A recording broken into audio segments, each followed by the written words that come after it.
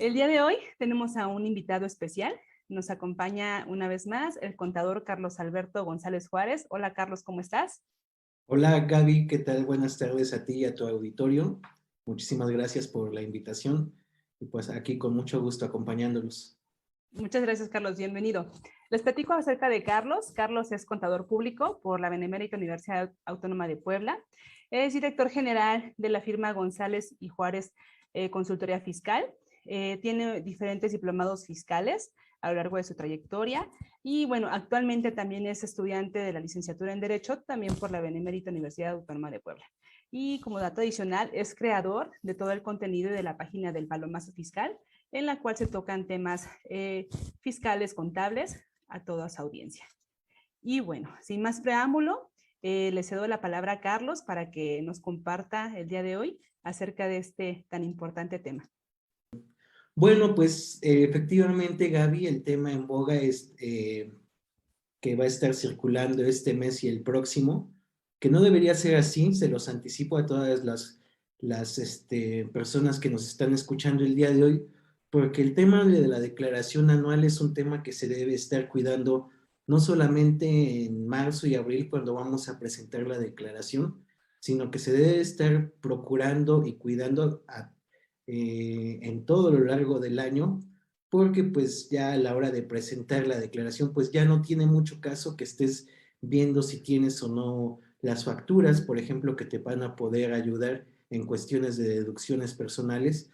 Entonces, para todas aquellas personas que no estén tan involucradas en este eh, tópico acerca de la declaración anual, la primera sugerencia que me gustaría darles es que no se esperen al final, no se empiecen a preocupar al final.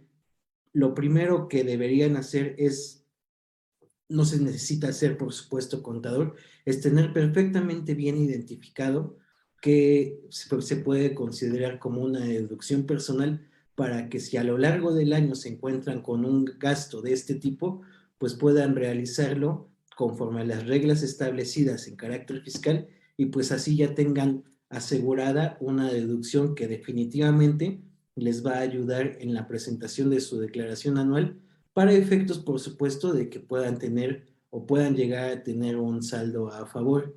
Entonces, pues, como bien lo dice la diapositiva que estamos viendo, el día de hoy vamos a abarcar, pues, básicamente son disposiciones generales de la presentación de la declaración anual para personas físicas.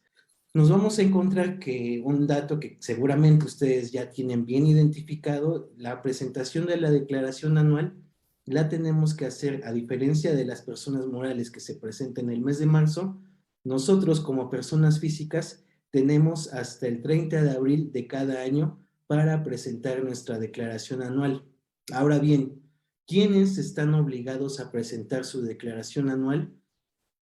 No necesariamente todos, Gaby, te voy a decir por qué. Originalmente, la obligación de generar un impuesto anual que tenga a cargo el trabajador por la realización de sus actividades, ese impuesto lo tiene que calcular y enterar el empleador. Entonces, eso es la primera regla que se tiene que tener identificada. ¿Por qué? Porque seguramente allá afuera no es su culpa, por supuesto, a lo mejor no están tan empapados con el tema, pero pues pueden llegar a plantearse si yo estoy obligado a presentar mi declaración anual por mis propios medios. La respuesta como tal es no. El empleador presenta por ustedes su, bueno, más bien entera a través del empleador el impuesto anual, que eso ya hace las veces, por supuesto, de la presentación de la declaración anual. Pasa el tiempo, supongamos que vamos a ejemplificarlo con Juanito Pérez. Juanito Pérez en mayo, por decir algo, tiene gastos hospitalarios que suman la cantidad de 37,000 pesos, 40,000 para hablar con números redondos. Entonces, eso, por ejemplo, es una deducción personal que va a tener efectos fiscales para efectos de su declaración anual. Entonces, si Juanito Pérez estuviese bien asesorado, él tendría, primero que nada, con base al artículo 98 de la ley de renta, 97, perdón. Si revisamos el artículo 97 de la ley del impuesto sobre la renta, vamos a encontrar que Juanito Pérez, con base en este ejemplo, perdón, tiene la obligación de decirle a su empleador o patrón, ¿sabes qué? Yo voy a presentar mi declaración anual con medios propios. En ese momento, Gaby, el empleador o patrón, ya no tiene la obligación de presentar y calcular su impuesto anual. ¿Por qué? Porque a través de una notificación, Juanito Pérez dijo, no, espérame, yo lo voy a presentar a través de medios propios, es decir, para fines prácticos o una de dos, u opta por presentarla él mismo, que no se los recomiendo, a pesar de que nos invadan año con propaganda de que ustedes mismos pueden presentar su declaración anual. Es básicamente eso, es propaganda que lamentablemente no funciona como tal. Sí sería bueno, al menos no que, a lo mejor no quieren que la presente un contador como tal, pero sí les sugiero que se empapen con el tema y sepan cómo funciona el cálculo de la declaración anual, porque si no lo tienen identificado como tal, es muy probable que el impuesto anual y en este caso la determinación de un saldo a favor puedan rechazárnoslo. Entonces, pues si se trata de recuperar un saldo a favor que ustedes generaron a través de los gastos que tuvieron en el año que se convirtieron en deducciones personales, sí al menos traten de empaparse un poco con algún colega que domine estos temas para efectos de que al menos traten de hacerlo de la mejor manera posible. Ahora Claro. bien, la fecha límite para comentarles a los empleadores o patrones de que nosotros vamos a presentar la declaración anual, como bien lo pueden observar en la diapositiva, es a más tardar el 31 de diciembre.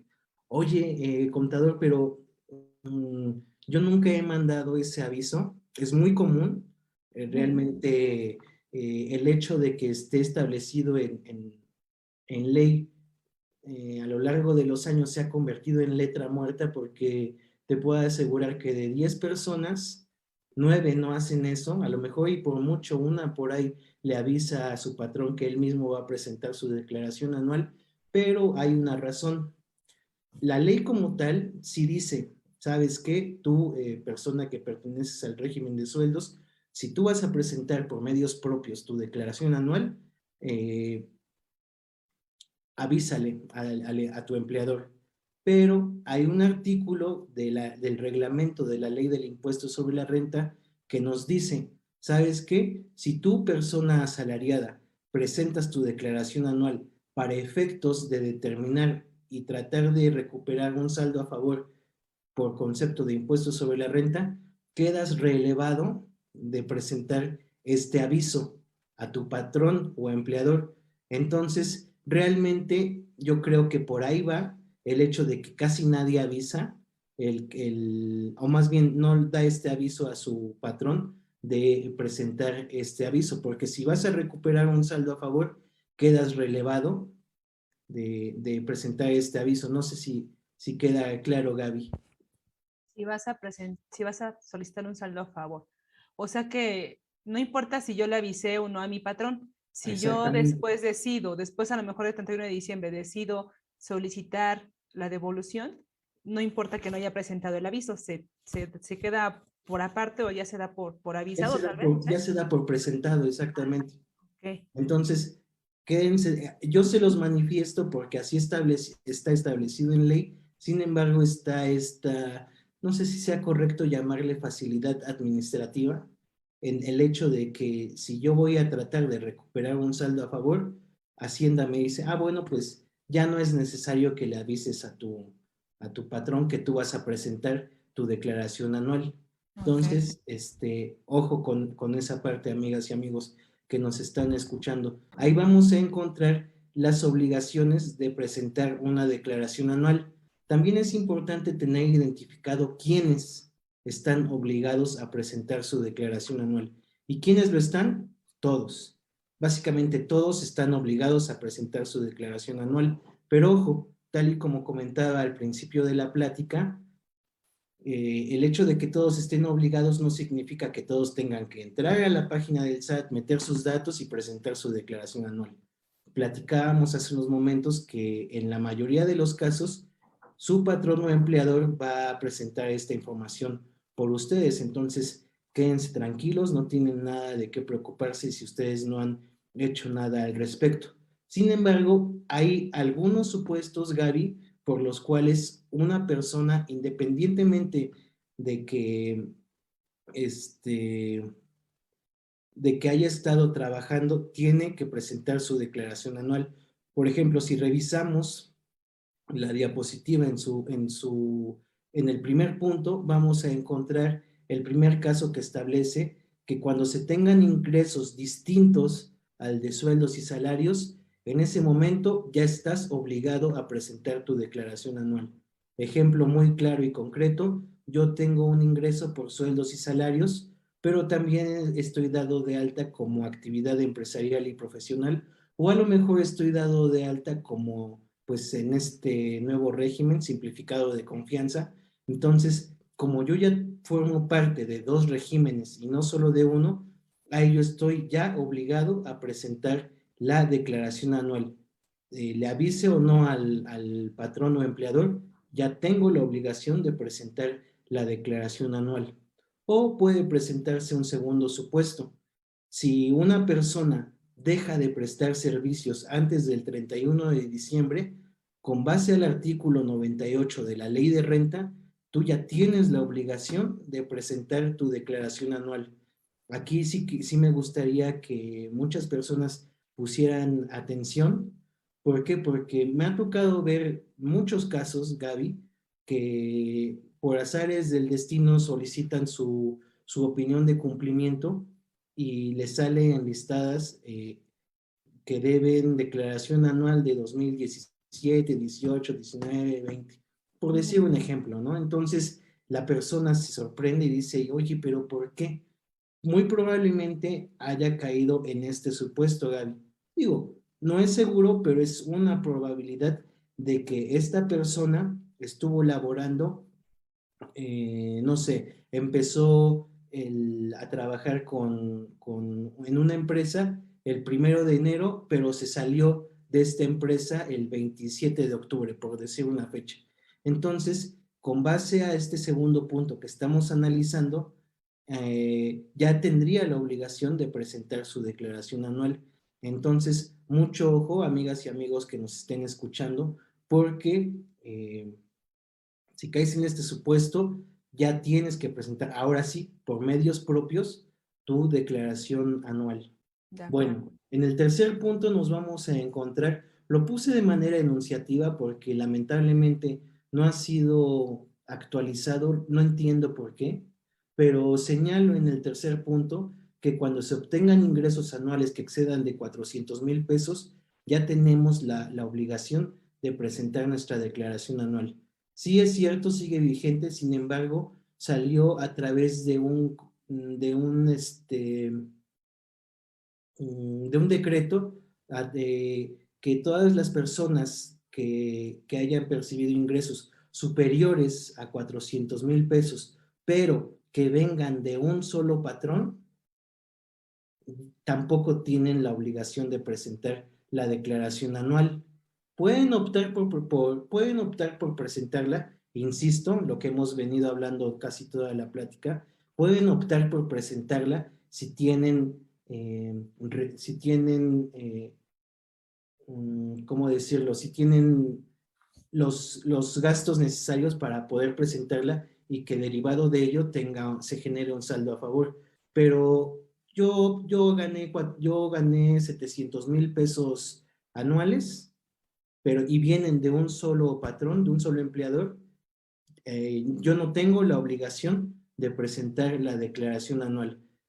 ¿Qué pasa ahí? ¿Se puede prestar a confusión? Sí, efectivamente, porque si alguna persona le da curiosidad y lee este apartado que encontramos en el artículo 98, va a decir, chin, pues tengo que presentar mi declaración anual porque ya rebasé los 400,000 pesos.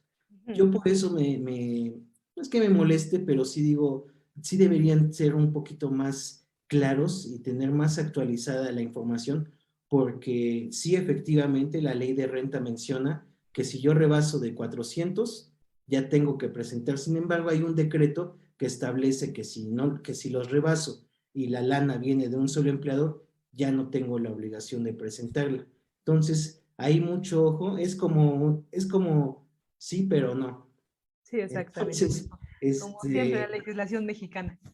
sí, exacto. Entonces, hay que tener bien que realmente si la presentas no va a pasar absolutamente nada, no es como que te vaya a afectar, pero pues si quieres ahorrarte esa carga administrativa, pues no estás obligado, independientemente de que esté señalado aquí en uno de los puntos del artículo 98. Y Muy bien. llegamos a la parte que tú me preguntabas hace unos minutos, Gaby. ¿Qué pasaría si yo estoy prestando servicios subordinados a dos o más empleadores en forma simultánea? Bueno, pues si yo caigo en ese supuesto de que tengo dos trabajos y en los dos estoy dado de alta, ahí también ya yo como trabajador tengo la obligación de presentar mi declaración anual. Les avise o no a mis empleadores, a mis patrones, yo ya tengo la obligación de presentar mi declaración anual.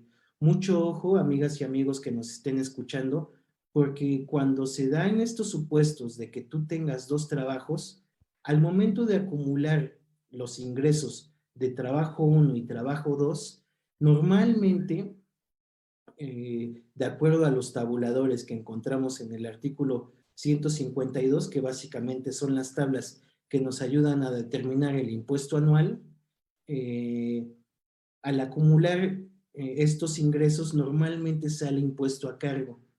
Entonces, que no les sorprenda de que, oye, pero yo nada más estoy como asalariado y me salió un impuesto a cargo y tengo que... Sí, lamentablemente sí. Por eso, a estas personas en específico, bueno, va para todos el mensaje, pero a estas personas en específico tengan mucho cuidado al momento de hacer gastos que puedan fungir como deducciones personales, porque eso les va a ayudar mucho para contrarrestar, por supuesto, el impuesto que les pueda llegar a salir a cargo. Tengan muy presente que si está en este supuesto, insisto, es alta la probabilidad, muy alta, de que les salga impuesto a cargo. ¿Cómo lo puedo disminuir? Pues metiendo mis facturas que sean deducciones personales.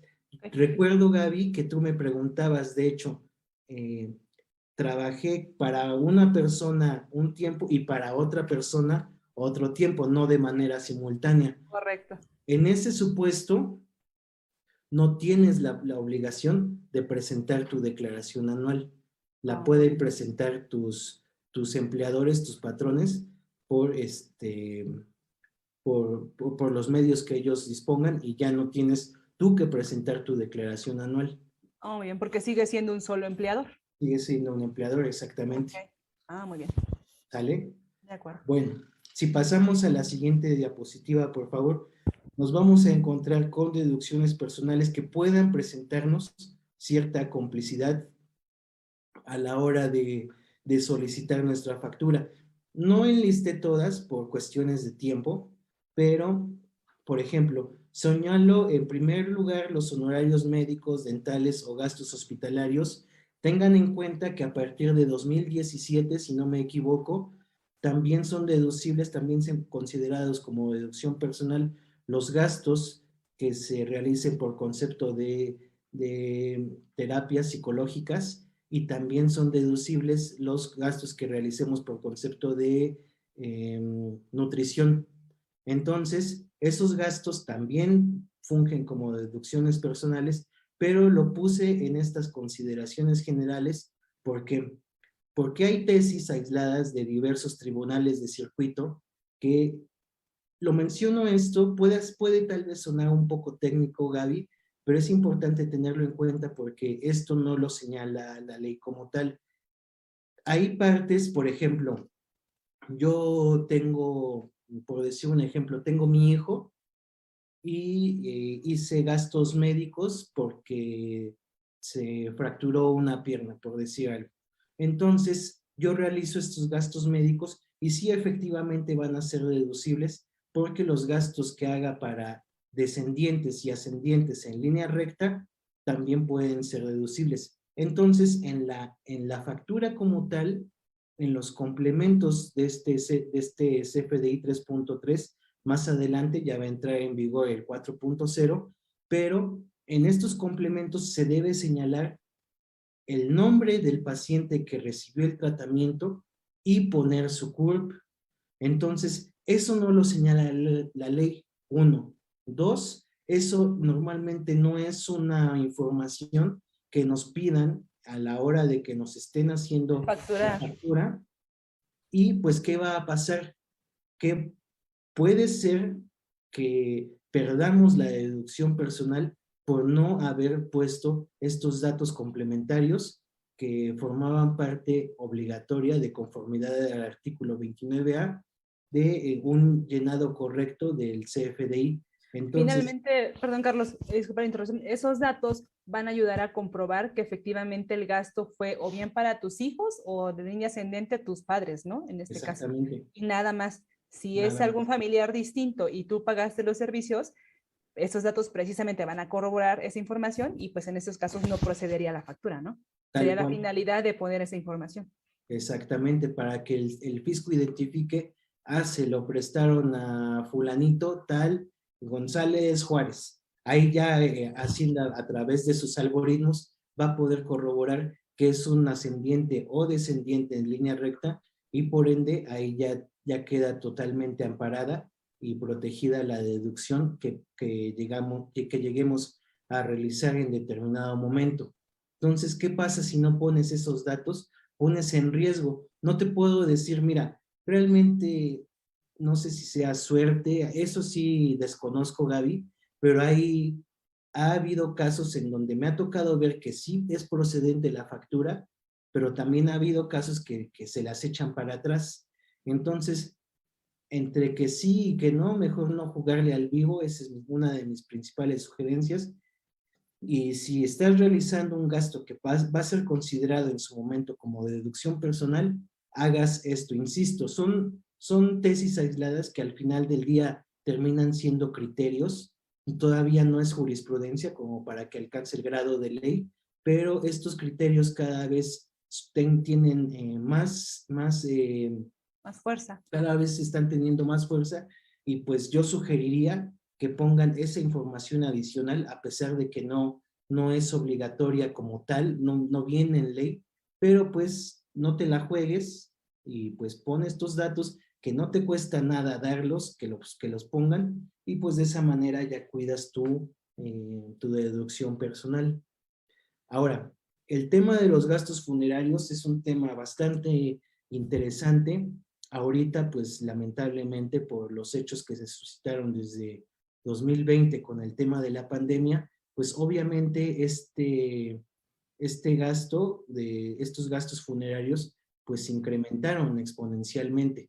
Yo habría preferido que, como este tipo de deducciones son consideradas como gastos extrafiscales, ¿qué se debe entender por gasto extrafiscal? Pues son gastos que realmente no están legislados como tal para afectar directamente a la determinación del impuesto, sino que son gastos que vienen a ayudar a poder disminuir, pero que no son obligatorios, que no son estrictamente indispensables, como lo señala, por ejemplo, el artículo 27 de la ley de renta. Son como, podríamos tal vez decirlos como estímulos fiscales, como alicientes, pues como una ayuda básicamente para fines prácticos de que estas son tus deducciones, pero existen estas otras que si tú las realizas, te voy a ayudar a que sean deducibles para efectos de tu declaración anual y pues eso te ayude a su vez a que no te salga un impuesto o puede hacer que hasta te salga un impuesto a favor, el cual puedes recuperar. Entonces, así este comentario, Gaby, porque a mí me habría gustado que por el lamentable incremento de este tipo de gastos, hablando de los gastos funerarios, aumentaran, este gasto está topado, me parece que son 15 veces la UMA, que actualmente son 93.66 pesos. No recuerdo si son 15 o son 30. Se los confirmo, por favor, pero habría sido bueno que a manera de estímulo aumentara un poco el tope que está establecido. Pero más allá de Considerando eso, la situación del país en por la general. situación del país, exactamente.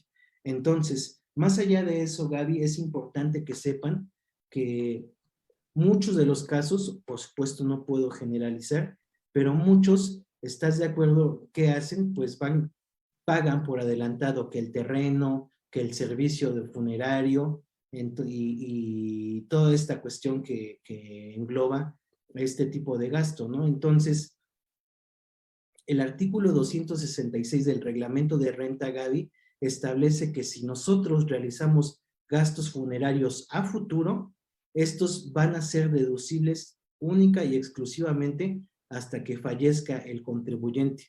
Entonces, ahí lamentablemente pues queda muy, pero muy ambiguo el tema de la aplicación de la deducción personal, porque Claro. no sé si va a ser deducible a partir de este año, o no sé si va a ser reducible dentro de 20 años.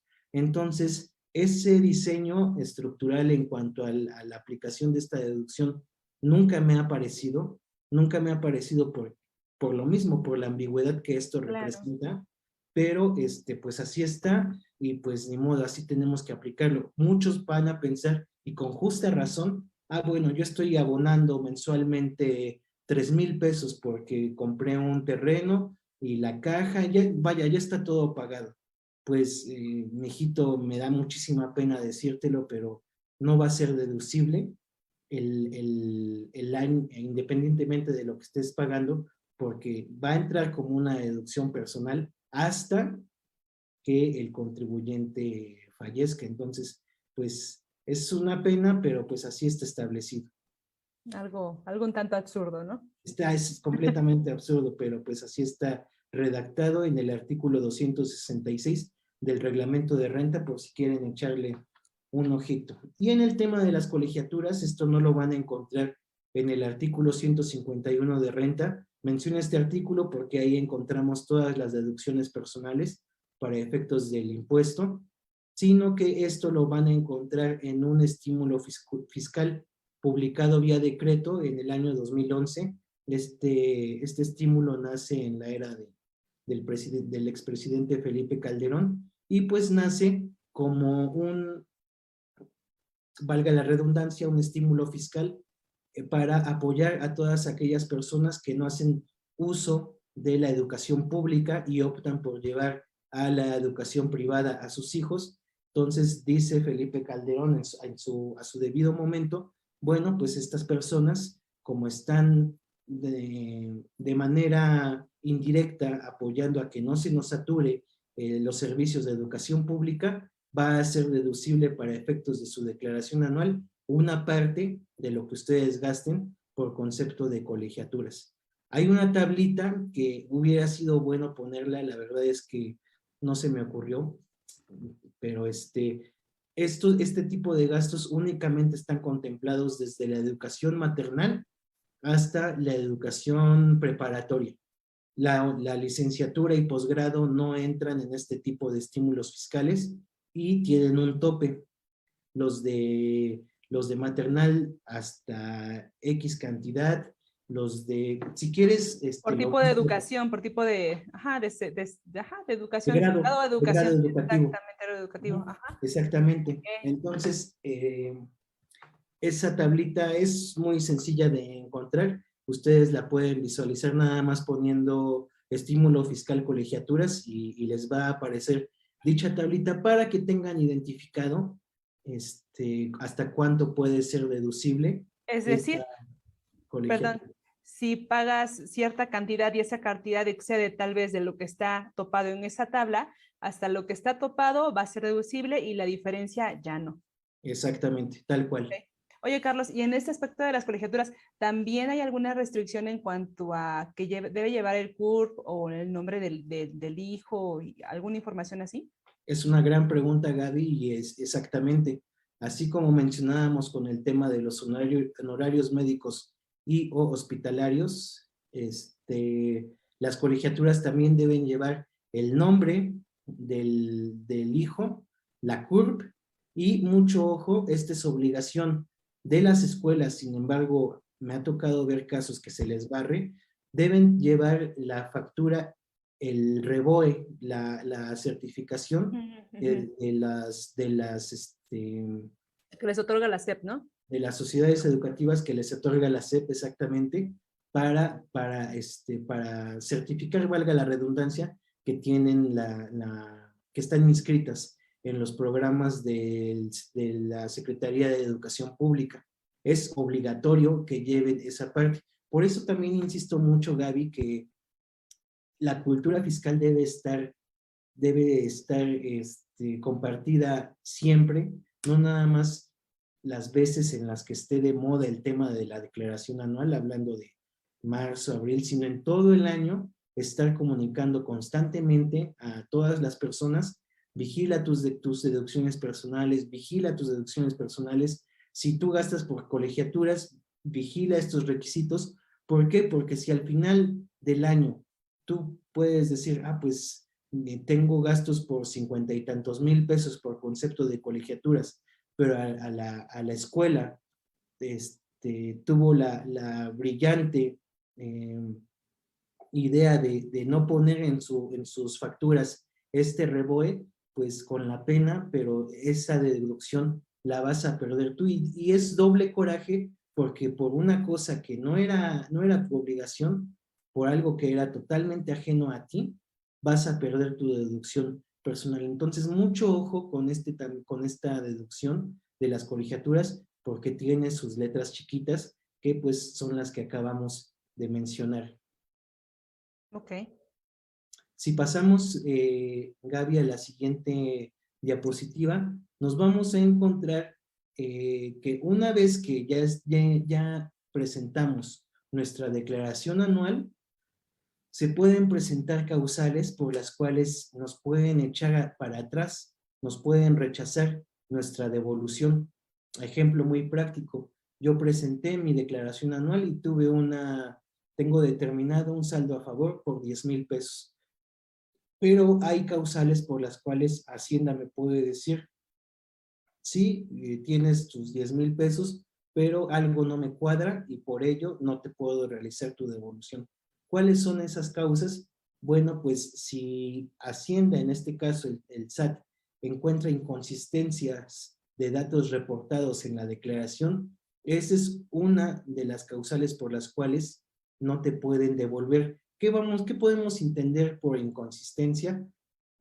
Punto número 1, y yo creo que es el más importante de todos, si hay errores de llenado en tu recibo de nómina, ahí puede presentarse una situación en la que Hacienda te pueda decir no. Entonces, vuelvo al punto. Es importante que tú sepas los requisitos que debe llevar un recibo de nómina para que tú los estés revisando constantemente y sepas que está bien expedida la información, para efectos de que cuando tú ya vayas a presentar tu declaración anual y por ende puedas llegar a tener un saldo a favor, no se te presenten estas cosas, porque así como mencionábamos con el tema con el ejemplo de la escuela, sin deberla ni temerla, te van a echar para atrás tu devolución, y pues uno qué culpa, ¿no? Entonces es obligación también del trabajador que revise constantemente la información que viene en sus recibos de nómina. Y más ahorita, porque con la entrada del CFDI 4.0 hay nuevos requisitos adicionales que van a venir en los recibos de nómina, y estos nuevos requisitos los tienes que tener, pero aquí, para efectos de que al final de año, cuando presentemos nuestra anual 2022, pues no se nos presenten estas cuestiones. Otra inconsistencia muy común, Gaby, podría asegurarte que el 90% de las devoluciones que son rechazadas se da por esta cuestión. ¿A poco no es muy común que pues estás en la fiestita, en el antro o en la comida, en X número de lugares, y se te hace muy fácil decir, si quieres te transfiero, tú paga y te transfiero. Sí. Es exageradamente común eso.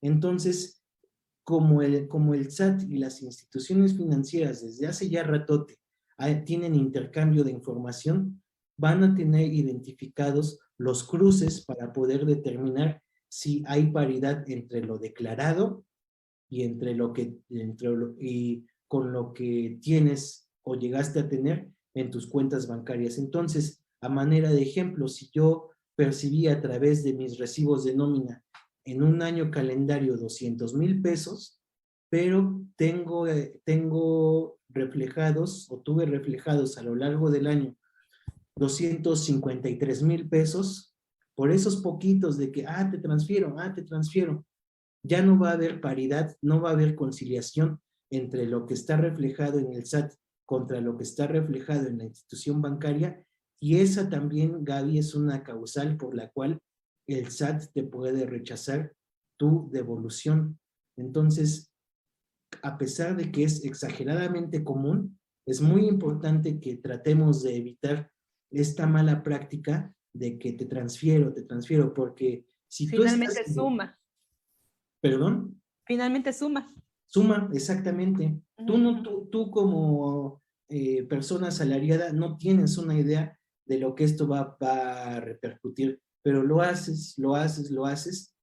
Llega el momento de la declaración, me salió un impuesto a favor, lo voy a solicitar, te lo van a echar para atrás, y todo por una práctica que jamás debiste hacer. Entonces, limítense, traten de limitarse a llevar a cabo esas prácticas, más a las personas que llevan a cabo pues esta cuestión de solicitar constantemente sus saldos a favor, porque de no poder aclararlo, ese saldo a favor difícilmente se va a poder recuperar. Se puede aclarar, por supuesto, porque a través de el paso número 1 es solicitar nuestra devolución automática, y ya el paso número 2 es presentar nuestra devolución manual, en lo cual ya lleva un poquito de...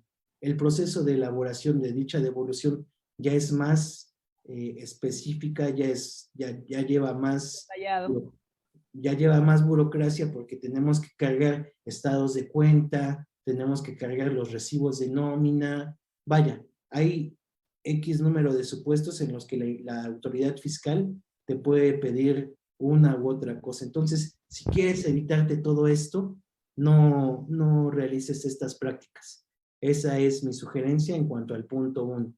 Deducciones personales improcedentes, Gaby, lo que platicábamos en la diapositiva anterior.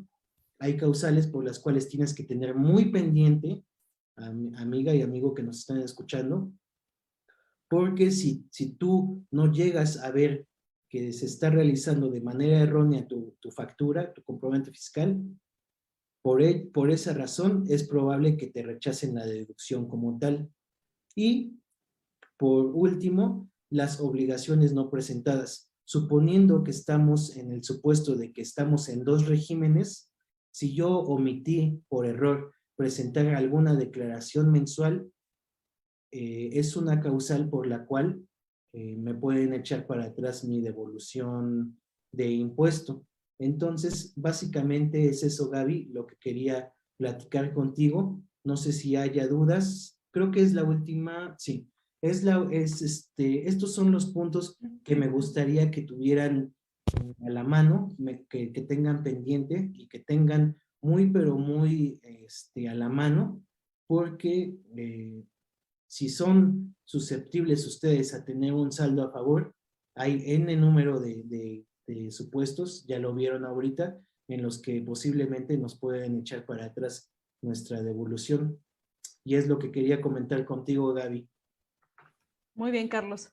Pues muy enriquecedora la plática del día de hoy. La verdad, yo creo que nos aclaró muchas dudas a muchas personas acerca de qué es la declaración, qué incluye, qué no incluye, qué se tiene que considerar, ¿no? Para decidir si la presentas tú o no la presentas tú, si te aplica o no te aplica, ¿no?